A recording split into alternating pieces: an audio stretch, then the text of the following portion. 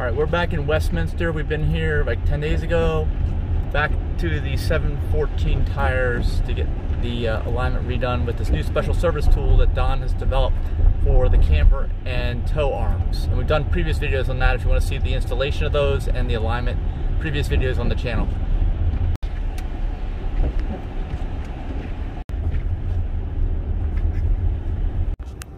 There's a sign over here that says fake virus mutation. See this coming soon? There's a lot of water here. A lot.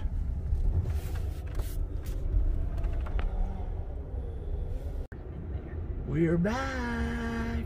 Alright, so this is what the links are going to look like. Raising and lowering links.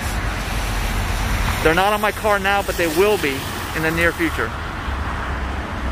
Alright, so this is a special tool to align. So to align it in very low and keep it there. This is what you have to do? Trick it open? To keep it in very low? Yeah, well, I see it should be in very low now, right? I think it is. Yeah, it is. Okay, low. But this thing lets you roll it. Is that what this does? You can roll the car?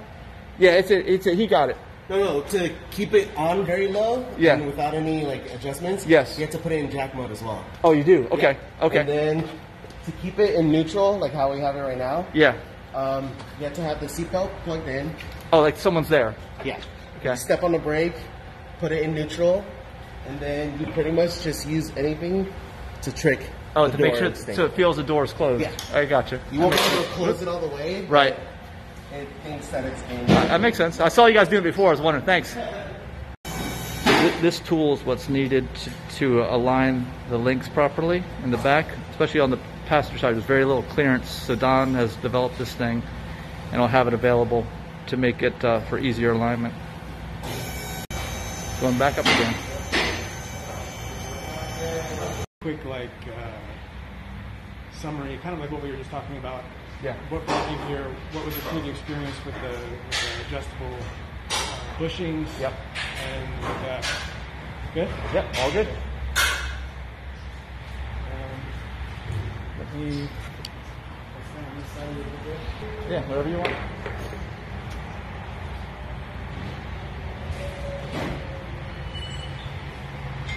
All right, we are here today at 714 Tires with Mike Young from digitalnomad.net. Hello. And Mike has recently installed our intuitive control arms in his Model X. Yep. And Mike, tell us a little bit about your experience. What brought you to, how did you find us, and what brought you to install them? All right, it's a little bit of a journey, I suppose, but I'm a Model X owner, original owner. It's got 100 and almost 60,000 miles on it of me driving it alone. And early on, I noticed an issue with vibration in the front driveline. And Tesla told me, as they told everyone else, to keep the suspension on low or very low to reduce or eliminate the vibration. It does work. It's the only way, because you can't keep it in normal, as I found after replacing the drive shafts a few times. And thankfully, Tesla paid for that. But there's no permanent solution. So driving on low or very low works, but it also eats up the rear tires. So I looked for a solution on that, found one originally. Unfortunately, it only worked for a month or two. I say within 3 months, it was catastrophic failure of the new control arms that were put on, which were not Tesla. So I took it back to Tesla. They put everything back to factory specs, and I figured, well, I guess I'm stuck with it like that until I found out about your parts that you designed. They're much better quality. They're much stronger. They're a better fitment too, so you don't need to modify the castings on the rear suspension, or actually the rear mounting points for the suspension. And everything looks better on them. So that's what really got me to this point, is that it looks like a real solution to the problem. And I'm excited about that. All right, so we're going to watch the 714 Tires do the alignment. Yes. And we'll be back. All right. Car's going up. All right, so we're getting ready to do the alignment. Now they got everything mounted on here. So that's driver side 1.1? For camber, yeah, the driver's side. It was 1.0 initially. The passenger side's at negative 1.5. So it changed a little bit. The concern right here is the toe. We should be at about 0.2 positive though. Okay. Oh, so that moved. Yeah, so somehow, I don't know if that shifted or what, but. To this arm right here, right? Yeah. Yeah, both of the That's passenger side rear tire. they have the same. It takes the same adjustment.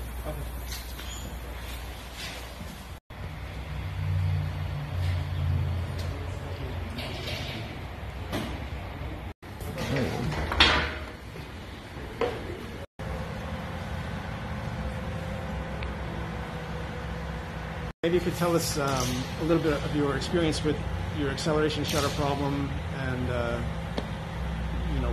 what you've done to try to resolve it, working with Tesla and whatnot. Okay, well, the acceleration shutter problem, the only thing that Tesla has ever done, which is very generous, is replace the drive shafts there in the front. So unfortunately, it's not addressing the root cause of the problem, as I've determined through having it done twice already, and using the new parts that they designed. At one point, they told me it was in engineering, and it was in engineering. They had to design some new clevis pins for the front, some new axle shafts, and I had all those put on, and still the same result, unfortunately.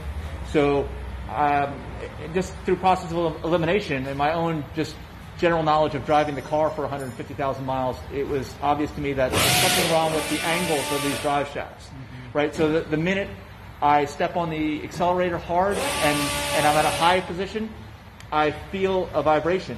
And I did shortly after I had the most recently engineered parts put on.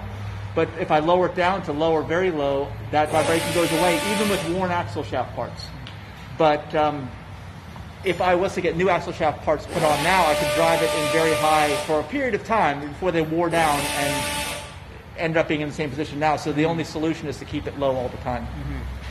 And so then what is the problem with just setting your suspension to low and driving it in a low position? As I found, I've learned about alignments. There's no adjustment in the rear camber, and the rear camber is set to negative even in the normal position. So when you have negative camber, it's not adjustable, and then you lower it even more. Typically, the wheel might be out a little bit like this, angled instead of straight up and down. Negative camber is a little bit of angled out, so you can't see the wear on the inner tire edge. But then when you drop the suspension, it goes even more camber down. So you basically eat up the insides of your tires in the back. You don't get the rated life out of your tires, and potentially, if you're not looking and crawling under the car and looking at the inside of your edge, you will blow out a tire, and you won't even know why. Yeah, I've done that exact thing. Is when I first got my S years ago, I noticed that the air would slowly start coming out of the tires, and I would just refill it, and the tires looked fine, but it wasn't until it got really bad that I got down and looked at the very inside edge of that tire, and it was so worn out. I mean, I can't believe I've been driving at highway speeds with the tires the way they were. And that's how I came up with these arms. Is I started looking into it and saying that even when you have the toe set correctly, you can't adjust the camber. And if the camber is negative 1.5 or more, you're definitely going to be getting some serious inner tire wear there. Yeah, and I'm not an engineer too, but all the stress that's on that inner edge may cause it to fail just because of the stress. Forget the wear part, but I'm not an engineer. But again, something I thought about, probably heats that up and puts a tremendous amount of weight on that edge to wear it down like that. Yeah. So cool. So we got his arms on here now, and we actually had it aligned before. And Mike's been driving it. How many miles you put on it so far? I'm guessing maybe 1,500 miles since we... Okay, so he's got 1,500 miles on the new arms. He's already gone off-roading with them in Death Valley. Unintentionally, but it did work out that way, and everything's good. Everything's cool. Yeah, because the previous solution I had definitely was not designed for strength, at least not normal types of driving strength. And Don's design intuitive design is much, much better. Like, orders of magnitude better, in my opinion. Oh, nice. Thank you very much. Yeah. All right, that's it for now.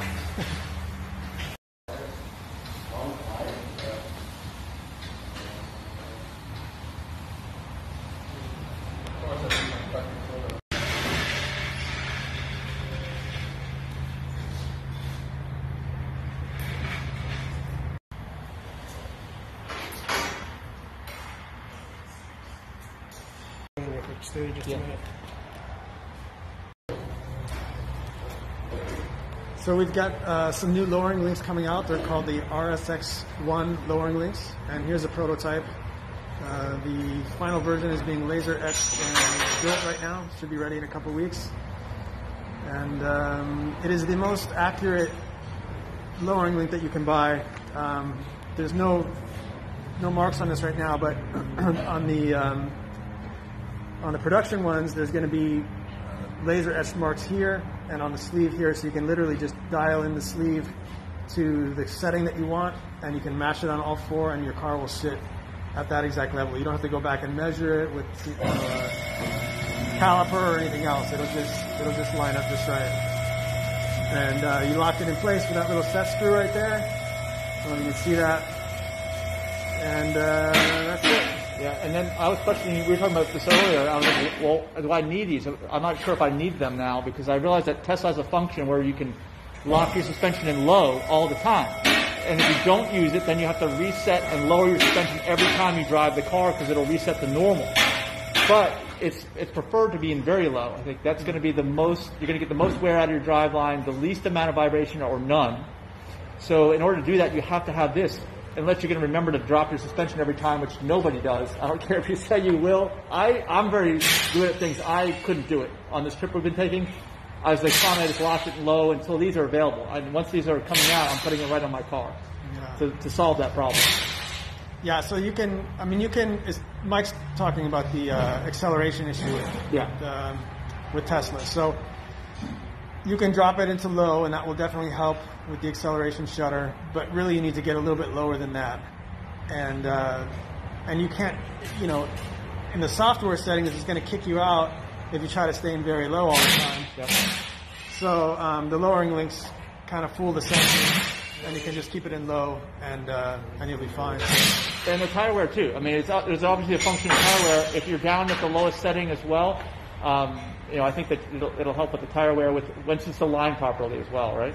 Mm-hmm, yeah, so. Absolutely. So that brings up another good point. When you do align your car, so if you're going to get the combination of the control arm, so you got the SX1 camber arm, the TSX1 tow arm, and then the lowering links, you want to set the car at the ride height that you're planning to drive on a regular basis, and then you do your alignment. That way everything gets dialed in exactly how you're going to be driving, 90% of the time. It doesn't have to be, 100% of the time, but most of the time that you're driving.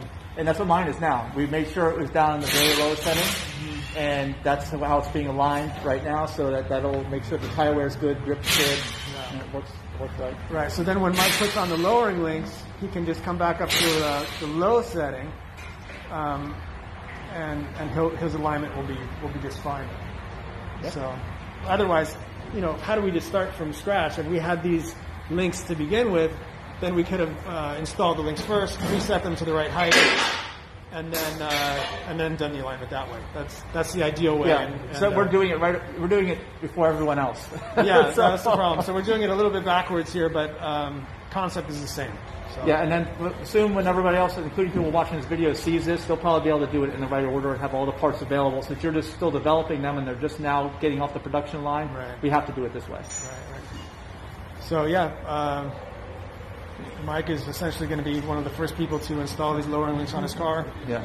And the quality is just phenomenal. I know I'm a little bit biased, but they're not plastic. I can tell you that. They're not plastic.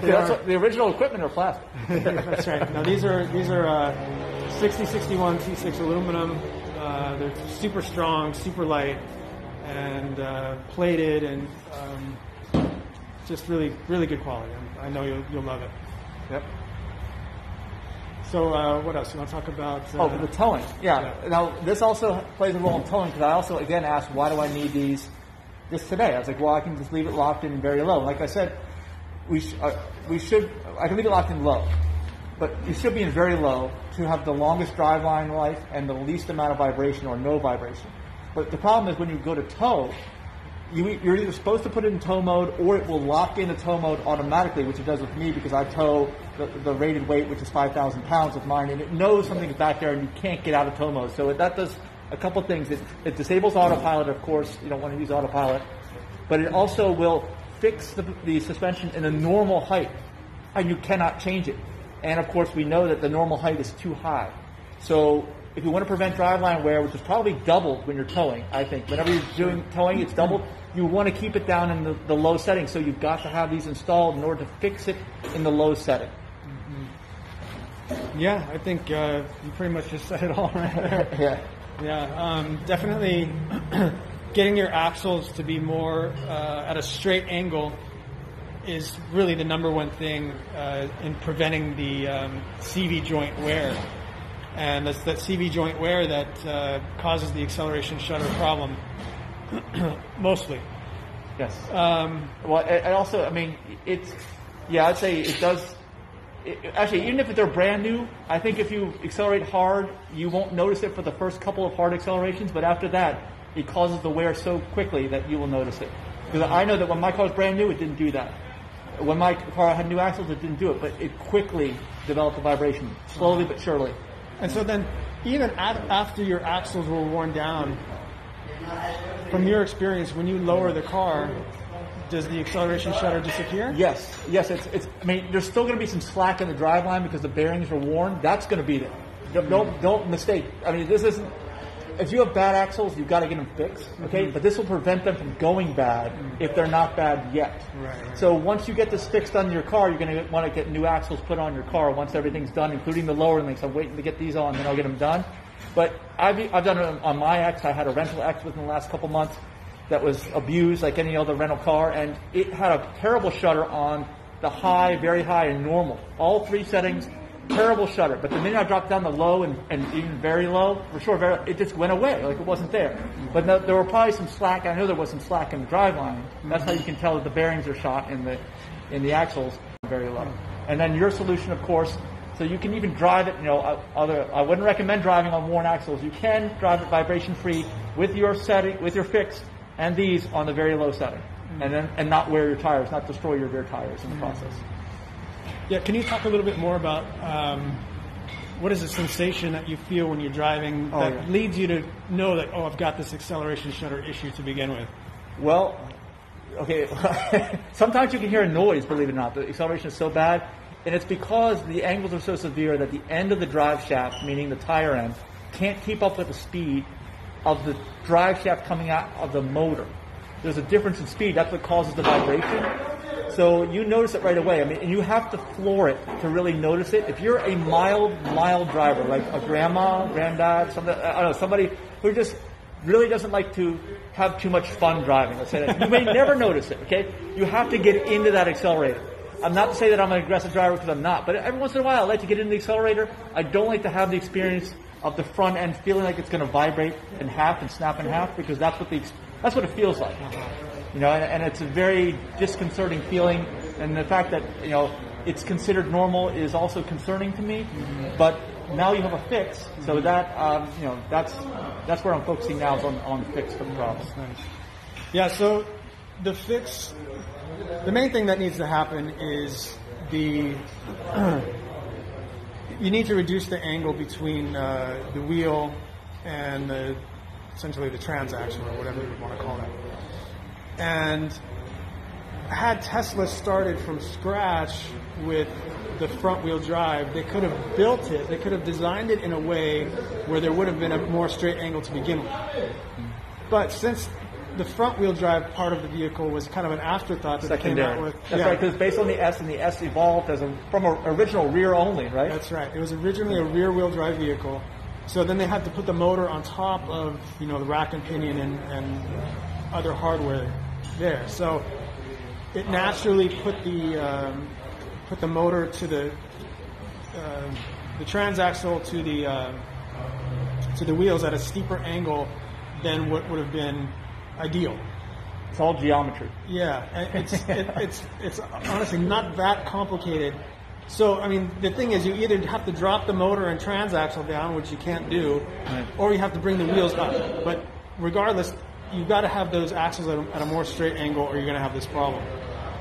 So what our solution does is lowers the vehicle a bit to keep those axles at a straight angle, and this helps to eliminate the premature wear that you would otherwise normally get by driving in standard mode.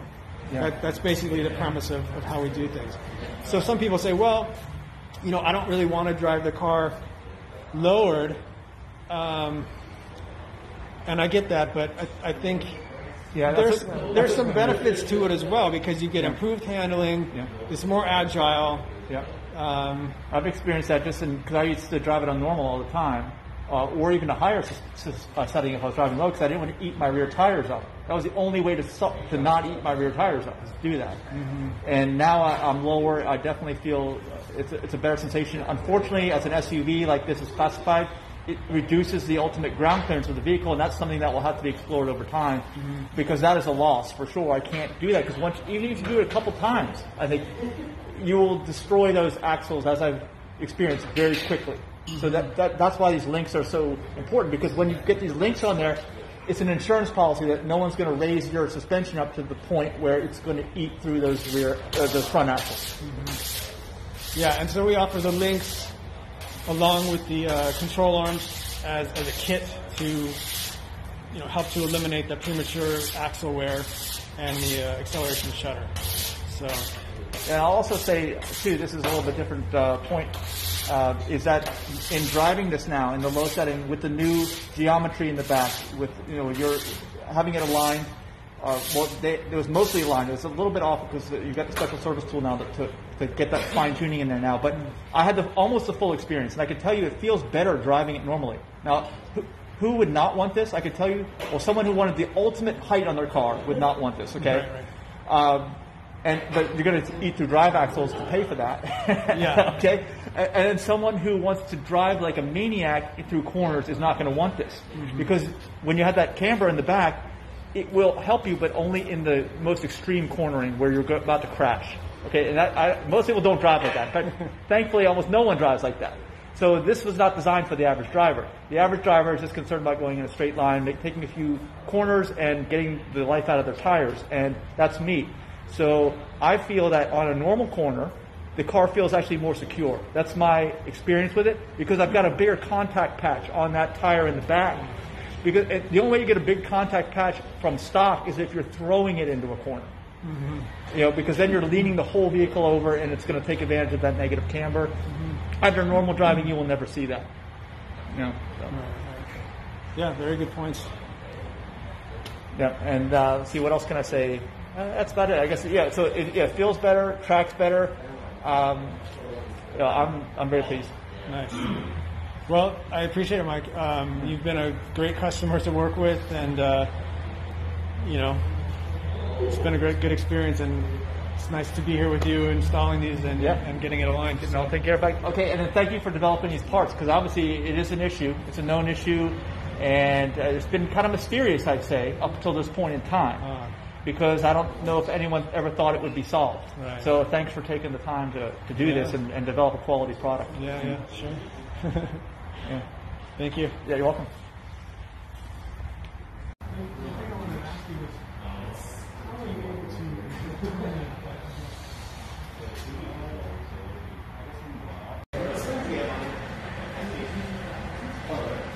It's like 1.1, 1.2 or something like that. Oh, okay. That was like the most mild I could get. Everything else is like 2.4, 2.5, from H&R. It looks really pedestrian. It's kind of nice because 90 on the freeway. It's like, well, I don't know if you would have to swap over top hats or anything, but I have the STI springs. We already lowered it. Yeah. I mean, I gotta figure out what I really want to do with it now, just because I was gonna keep it just kind of stockish and clean, but now it's got a huge gap. It's just you guys should go. All right, dude. I'll leave you guys to it. Nice catching up. I'll stop by again. Good seeing you again. Yeah, now when you make it a little longer, we can not be able to reach into it, right? Yeah, so you tell me from your experience, what would you change? I don't know. Either way, when you do this, it's still going to be hard, no matter what. But still, you can get up there now and shoot it. You can, yes, you can, but it's still difficult to reach stuff. So, before we couldn't even reach into it at all. Yeah, so it's a big improvement. He's able to do it without taking the rims off the car. That's what happened before. If you look at the previous, they had to take them off.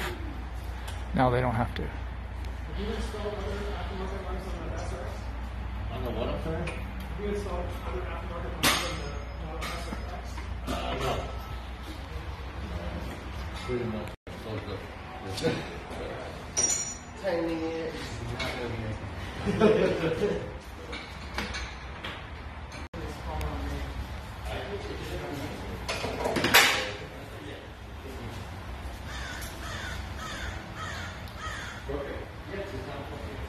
All right, here's what the final alignment is. -1 on both sides, toe is green, and then front. It'll drive really nice now. And good tire, excellent tire wear, I'd say, in the back.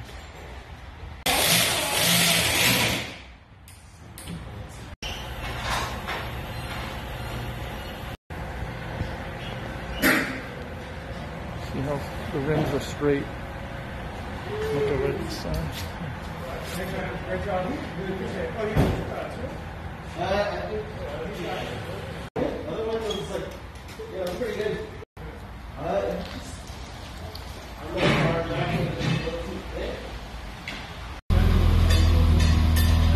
Get a camber on that one.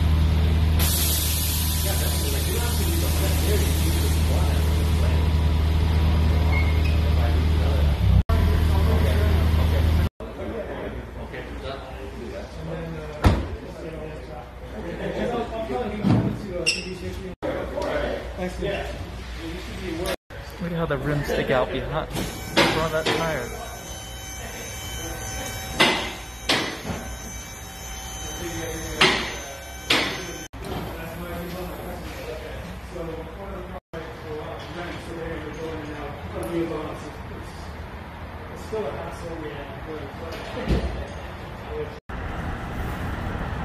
There's all the WRXs over there. They're the ones who are in the shop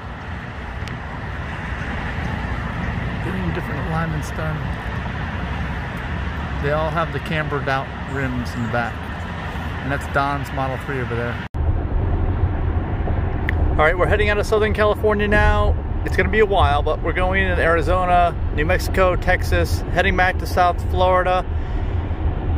And I can say the car drives better than ever, even better than before, because the alignment wasn't quite right. They couldn't get it quite right. Now with the special tool, they got it exactly right. It's pretty much near perfect. And I put up a picture on our Facebook group, digitalnomad.net. It's on there. And also on the YouTube channel, you can see what the alignment specs are. And I think it turns better. Just on normal driving, everything's better because the rear tire is making full contact patch all the way across the width of the tread. And with a negative camber, it can't do that, so it doesn't feel as secure unless you're throwing it into the hardest corner possible, which nobody ever does. So it just keeps getting better and better. I think that if you guys get this fixed, if you need it, if you have Model X, you definitely need it. In my opinion, you'll be really happy with it. And of course, you get the full life out of your rear tires too. Well, we actually considered going to Sequoia National Forest, but we're not. It's going to kill 2 days more to do it. We'll get that on the next time back, and maybe in a warmer weather. But we're also noticing the ride is harsher. I'm actually sticking it in very low now where it was aligned, and the ride is definitely harsher than in low. So that's something to consider as well, but it's the only way to fix the vibration problem and messing up the front axles, wearing those parts out prematurely.